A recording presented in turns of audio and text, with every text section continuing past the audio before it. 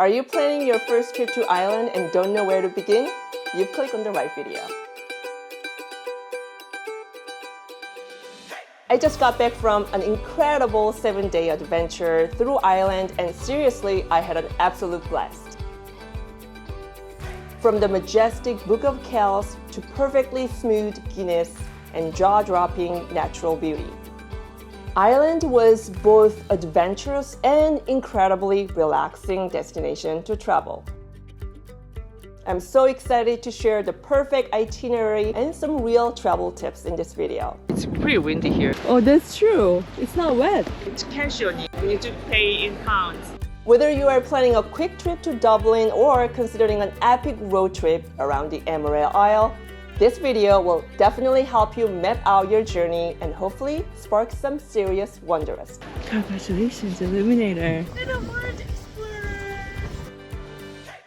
So without further ado, let's kick off this adventure right from the airport.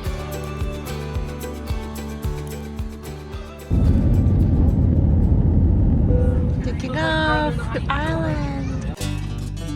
As usual, we hopped on a red-eye flight from New York and landed in Dublin the next morning. JetBlue Airways welcomes you to Dublin, Ireland, where the local time is approximately 7:50 a.m. We grabbed our rental car at the airport, The wrong side of the road. drove about 30 minutes to the city center, and needed a quick power nap before our first Dublin adventure, the Book of Kells experience. The Book of Kells is an incredible illuminated manuscript from the medieval period, and it's undoubtedly Ireland's most famous cultural treasure. I can't show you the book itself in this video, but I can tell you I was absolutely blown away by its vibrant colors, intricate details, and the masterful craftsmanship that has kept it so amazingly preserved throughout the centuries. It also really highlighted for me how storytelling is such a core part of humanity. Completed the Book of Kells Discovery Trail. She's now an Illuminator. Congratulations, Illuminator. Well deserved. Well, I have to say, showing my daughter a 1,000-year-old book felt like a truly special experience, especially since she'll probably spend most of her time reading digitally. That inspired us to take her to another famous and very old library next. You've probably seen this place all over the internet. It's called Long Room, and what a perfect name it is. As I walked in, I was instantly mesmerized by the seemingly endless parallel walls of books. The Long Room, located within Trinity College, is a legal deposit library, so it has the right to receive a free copy of every single book published in Ireland and UK. Currently, it houses about 200,000 academic and historical books. A lot of the books are currently undergoing a major restoration process. While we are soaking in all the history and marveling at these cultural treasures within Trinity College, we thought, why not do a quick tour of the college itself? Trinity College! So we took a tour and learned some interesting history and anecdotes. For example, students here avoid walking under this specific tower. Oh, no. Because legend has it, they will fail their exam if they do. We weren't about to jinx our daughter's potential future college exams. Good morning from Dublin. Hi, there's my baby and my family. So we are traveling as a family of 3. We are driving across the country and we're going to Belfast and Northern Ireland as well. We need to look for directions constantly. We're gonna make some phone calls. The good news is we found this eSim service that meets our needs perfectly. Huge thanks to Sim Local for sponsoring this video. Now, full disclosure, I usually don't even bother with the local SIM cards when I travel. I figured I could just rely on Wi-Fi or my phone's basic international data plan. But that's all changing now that I've discovered SimLocal's affordable, reliable, and perfectly tailored eSIMs. Whether you need the works, we're talking unlimited data, text, calls, and roaming, or you're more of a minimalist who just wants to pay for exactly what you will use. SimLocal truly has a plan for everyone. Activating the eSIM is super simple. So let's add eSIM and get it activated. You go to the setting and you see add SIM. Click that. You just scan a QR code with your phone and a couple of quick clicks, you are good to go. Oh, it's done. It's complete. When you're a busy parent, you don't want any extra steps and any complications. That was easy and quick. And it's not just easy. SimLocal is so reliable.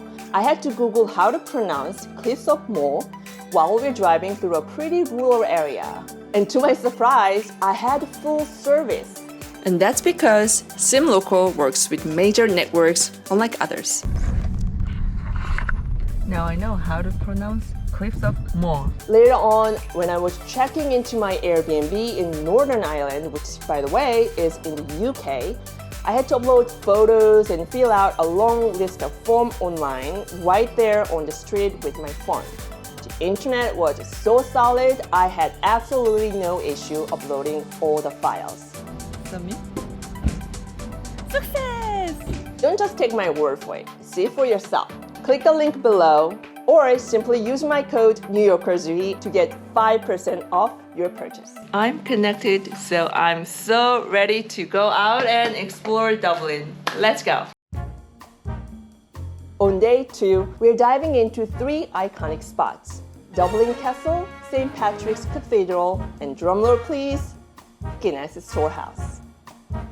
Here we are at the Dublin Castle. Wow, it looks stunning. Let's go find more about this castle.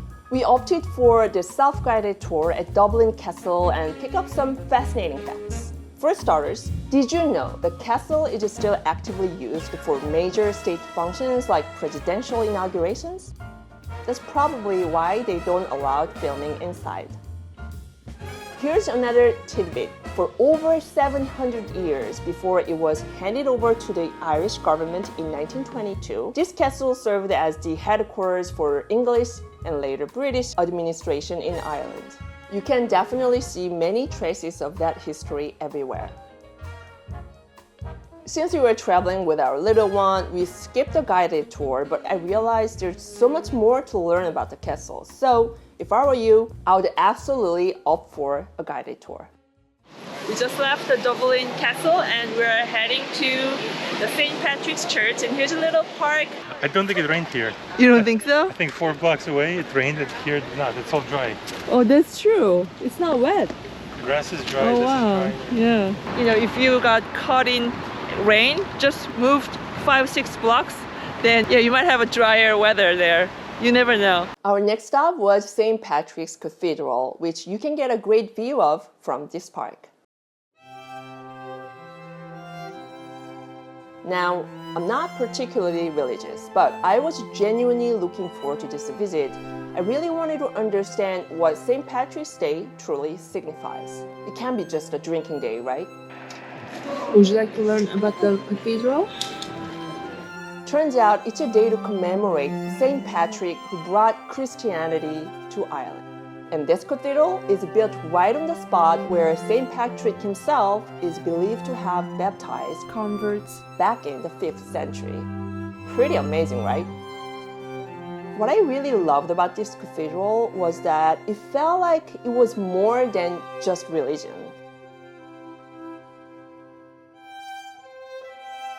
It was about humanity itself. For example, you can find medieval artifacts like this one that tell a real story of the 2 rival families finally reconciling after years of animosity. We need door like this in the US. And this tree of remembrance is there to honor all men and women, not just high-ranking officers who have been impacted by wars and conflicts around the world. I don't know what it is about this church, but I felt incredibly warm and welcomed. Irish are famously known for their hospitality. There's even a beautiful Irish phrase. I'm probably pronouncing this wrong, but I think it goes like Céad Mille Fáilte, which literally means 100,000 welcomes. And I have to say, St. Patrick's Cathedral truly made me feel that hospitality. It was so sunny like a minute ago and suddenly it starts to rain. And you know what else made me feel even more at home? Finding amazing Korean food in Dublin. Yes, let's go in. After the hearty meal, our stomachs were perfectly ready. Do you know what time it is? It's Guinness time. The Guinness Storehouse experience is probably Dublin's most popular tourist attraction. And guess what? I can totally see why it's so popular. I smell beer. I mean, it has something for everyone. For starters, they even offer a 0.0% option, so even if you are not a drinker, you can still come and enjoy the experience. That's one. Actually, but tastes pretty much like the Guinness regular. Good choice for mama. If you are a beer connoisseur, you will get to learn all about their brewing process and even taste some experimental beers. And if you are a souvenir collector, they have tons of options. I personally really appreciated their effort to make everything look and sound cool. Of course, these are essentially advertisements, but I found them genuinely entertaining and interesting nonetheless. I think Guinness really has a lot of money. It's an expensive art installation. They have Hydration Brewmaster, they have Barley Guardian, Flavor Trailblazer. All these names, wow, they really sound like some characters from Game of Thrones. I'm sure some people come here for this amazing panoramic view. But none of that would matter if the Guinness didn't actually taste better here like everybody else says. Guinness, let's see if not the hype is real. Although we totally failed to make a full mustache with our Guinness and our 7-month-old had to step in, the beer was undoubtedly extra fresh and smooth. So good, so good. Wow. Good, good. Overall, the Guinness experience was pretty excellent, and to my surprise, it was even baby-friendly. Yeah! Day 3. We're checking out of Airbnb, waving goodbye to Dublin, and officially kicking off our road trip. What's that? Got it? Got it. And before we hit the open road, we squeezed in some last-minute shopping. Grabbed some delicious fish and chips with a pint of Guinness, of course. Then it was time to drive from east to west. Very foggy. We are crossing the country. Now, these narrow, winding roads weren't the easiest for tourists like us to navigate, but let me tell you, the views outside the window were absolutely stunning.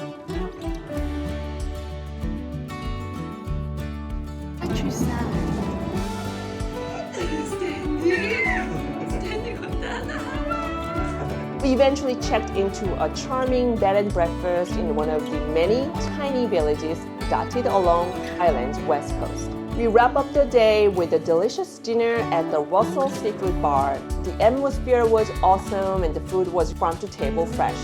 If you ever find yourself anywhere nearby, I highly recommend this spot. Day 4.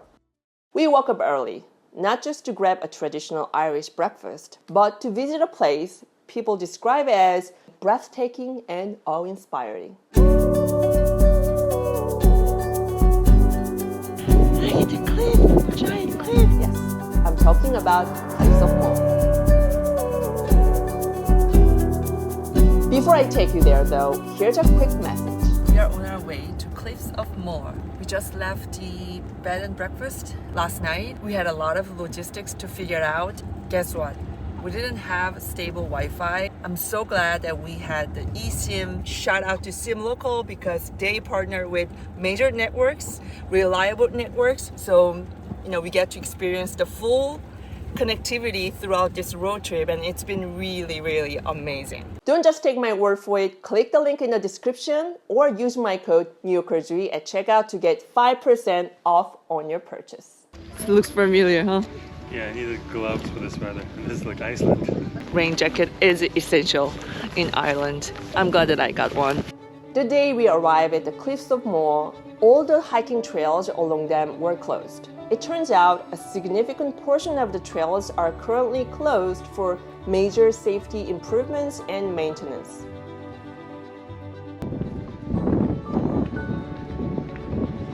So I do not have a data on this. I don't know how many people have died here, but yeah, I mean, it's pretty windy here. And Suddenly, I was reminded of the hike we did along the cliffs in Santorini from Fira to Ia.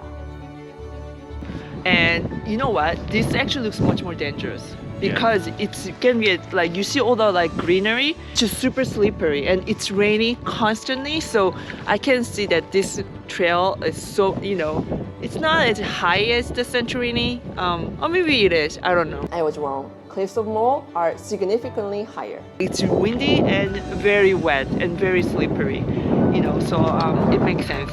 Definitely not child safe, not child proof. And there comes my baby crying. Let's go. The good news is the short trail to the top where you can get an amazing view of the cliffs is safe and open. They even offer a ride up and back if you need it. You can also climb to the top of O'Brien's Tower for an allegedly better view. We decided to skip it though since we had a baby and a stroller, and honestly, we were pretty happy with the views we got from outside.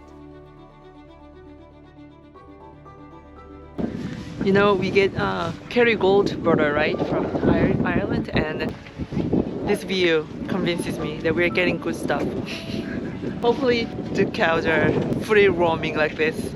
And don't forget to pop inside the visitor center. It has a 4D film screening and some nice exhibitions to check out.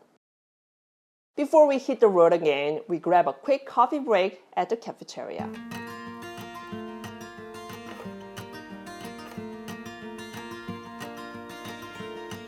Oh, you sent me something? It's nice to have a data. Yeah, so cute. I'm gonna send it to my mom. We have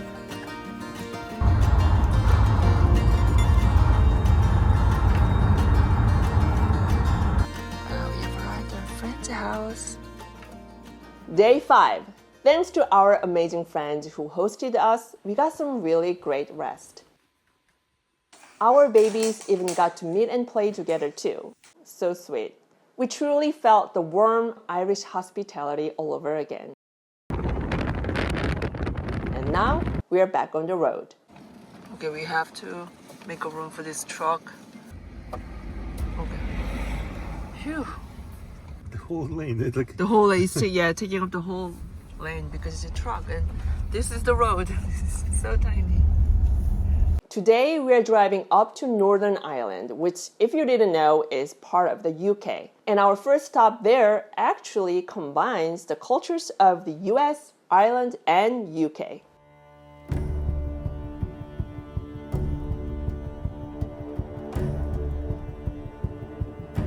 Yes, we are heading to the Game of Thrones studio tour.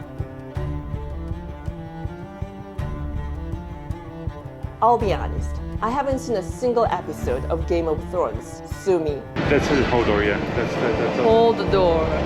But my husband has watched the show, and I was definitely interested in seeing the behind-the-scenes magic of this undeniably massive hit. Even for someone who hasn't seen the show, the exhibitions and displays were quite fascinating. Oh, the baby's turning into a monster.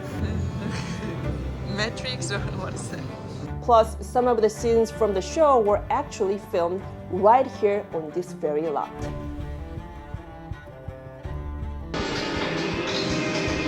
Ireland's your Uniqlo tech. It was especially fun to debunk some of the rumors my husband had told me about the show.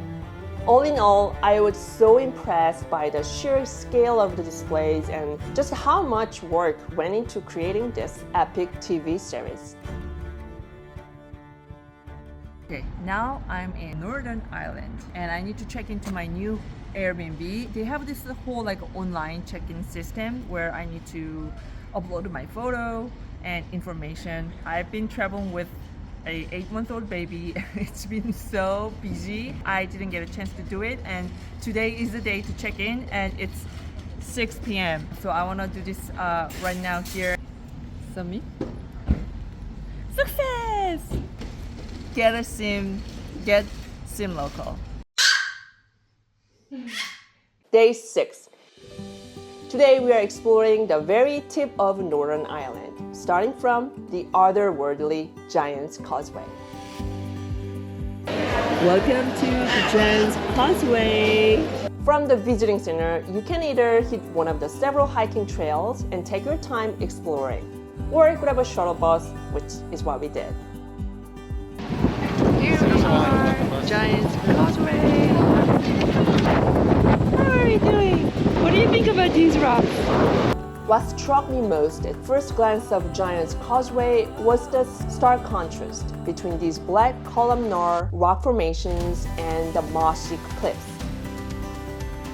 And then I noticed these incredible hexagonal basalt columns. I mean, would you believe these are not man-made? Yeah. Also, as the name suggests, these rocks are right on the edge of the Atlantic Ocean. Iceland is that way, Scotland is this way, and we're in the middle. This trip brings a full circle. I say full circle because, as some of you might know, we did a road trip in Iceland, and my husband went to Scotland for extensive Scotch tasting. Speaking of which, we were told just a few minutes drive away, there is the oldest licensed distillery in Ireland. So of course, we had to check it out.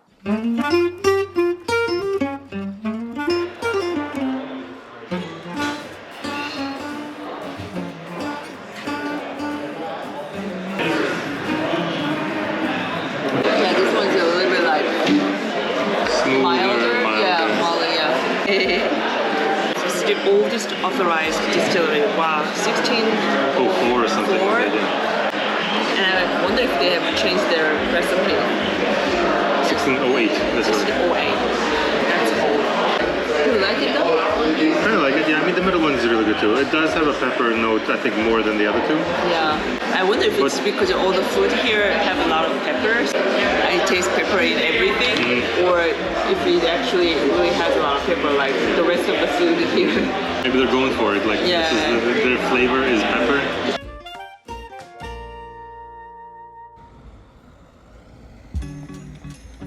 Bushmills is a small town, but it can be a great base for exploring the very tip of Northern Ireland.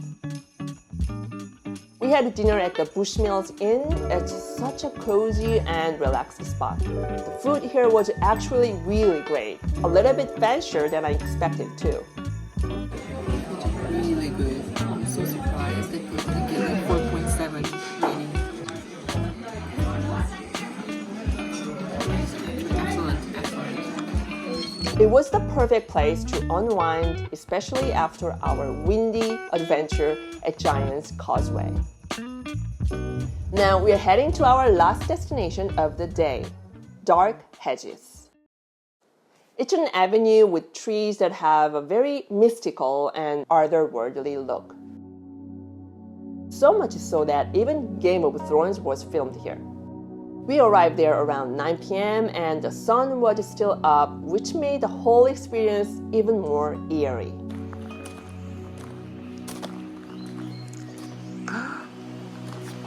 Spooky. We had to park our car and walk about 10 minutes to get to the Dark Hedges. Along the way, we passed a grand old house and learned that the very trees we came to see were actually planted by the original owner of the estate back in 1775. The house wasn't open to the public, which I thought was a little bit of a shame. I would have loved to learn more about the history of this place. So, if you ask me my honest opinion, I have to say visiting Dark Hedges was a tad underwhelming. And I was glad that I didn't have to make a detour just to see it. But if you are a Game of Thrones fan, I'm sure you'll find this experience totally worth it. Day 7. Today we're spending the full day exploring the capital of Northern Ireland, Belfast. We're here in front of the St. George's Market and I already smell some seafood. Let's go check it out. St. George's Market dates back to the 19th century and is the only surviving Victorian covered market in Northern Ireland. We headed here to grab breakfast and hopefully find some unique souvenirs. It has everything. Yeah, it smells good. Let's follow the smell. So we just got some grapes, but it's cash only, and we're like, oh, we have some euros, no worries. And we realized we're in the Northern Ireland, so we need to pay in pounds. Thankfully, we had a really friendly person, yes, from Canada, from Nova Scotia. Yeah, from Canada, and she offered to help us. So she offered to pay the extra euro, just take it out of her. Extra pound to take it out of her bill. And but the guys were like, no, it's not, no worries, no problem here. So they were very nice about it too. And we struck up a little conversation, and she's traveling with a family. The flight is shorter from Nova Scotia to here. Yeah, it's only less than 5 hours. Yeah. So little pro tip, make sure to have euros and pounds. But if you don't, strike up a conversation or look for a nice, friendly-looking person. And let me tell you, the fungi crepe I got was delicious. Très bien. Marvelous. You gave breakfast version, so it's ham, cheese, eggs, and a delicious crepe. It's so good. Wow. And as for the unique souvenir, we found one.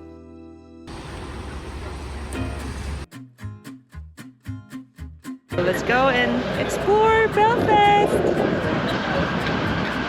We opted for a self-guided audio tour around Belfast. Since we had our baby with us, group tours just weren't really an option for us. But there were some other tours that looked really interesting to me, especially the Black Cab tour.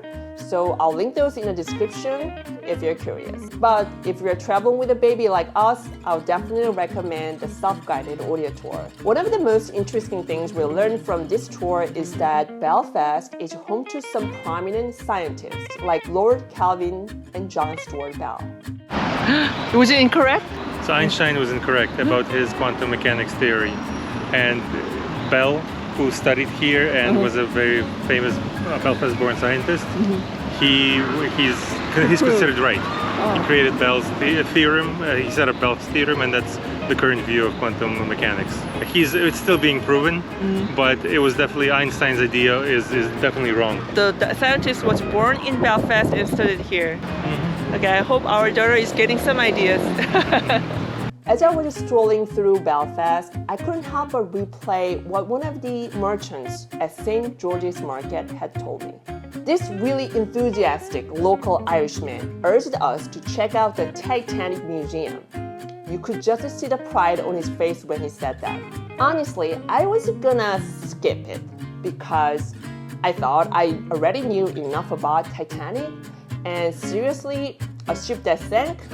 How could that be something to celebrate? Well, I'm glad I went and proven wrong. Wow, so this whole is a huge building. I did not expect this. First of all, yes, the museum is huge, and it's not just about Titanic, but about the city of Belfast itself.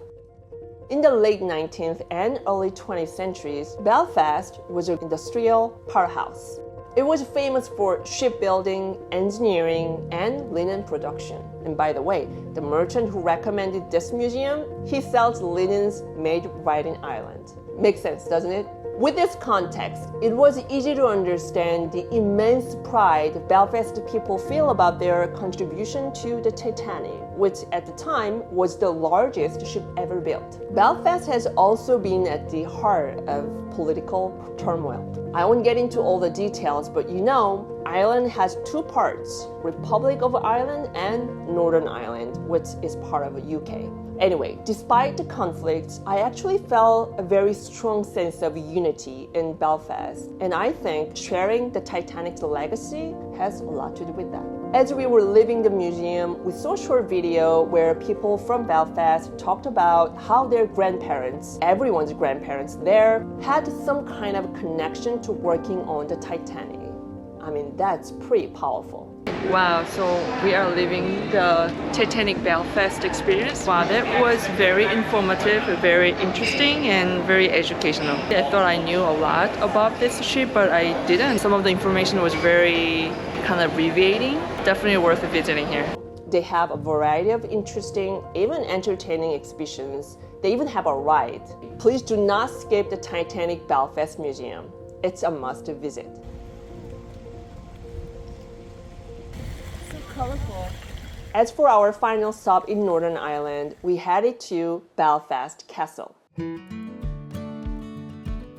We really enjoyed our visit for several reasons. First, you get unobstructed panoramic views of Belfast. Secondly, it's such a relaxing and peaceful spot where you can stroll around the beautiful garden or grab a coffee at a cafe, perhaps your last one before heading to the airport or hitting the road. Plus, admission is free. It's owned by the city, and what's really cool about this place is that they actually rent out the space for private events like weddings and parties. I thought that was really brilliant use of the castle because I think it ultimately belongs to the people. That's all I have for Ireland. I'm sure a 7-day trip is not enough to see everything. So if I'm missing something, feel free to let me know in the comment section. I'll be back with another video about Ireland soon. See you in my next video. Thanks so much for watching.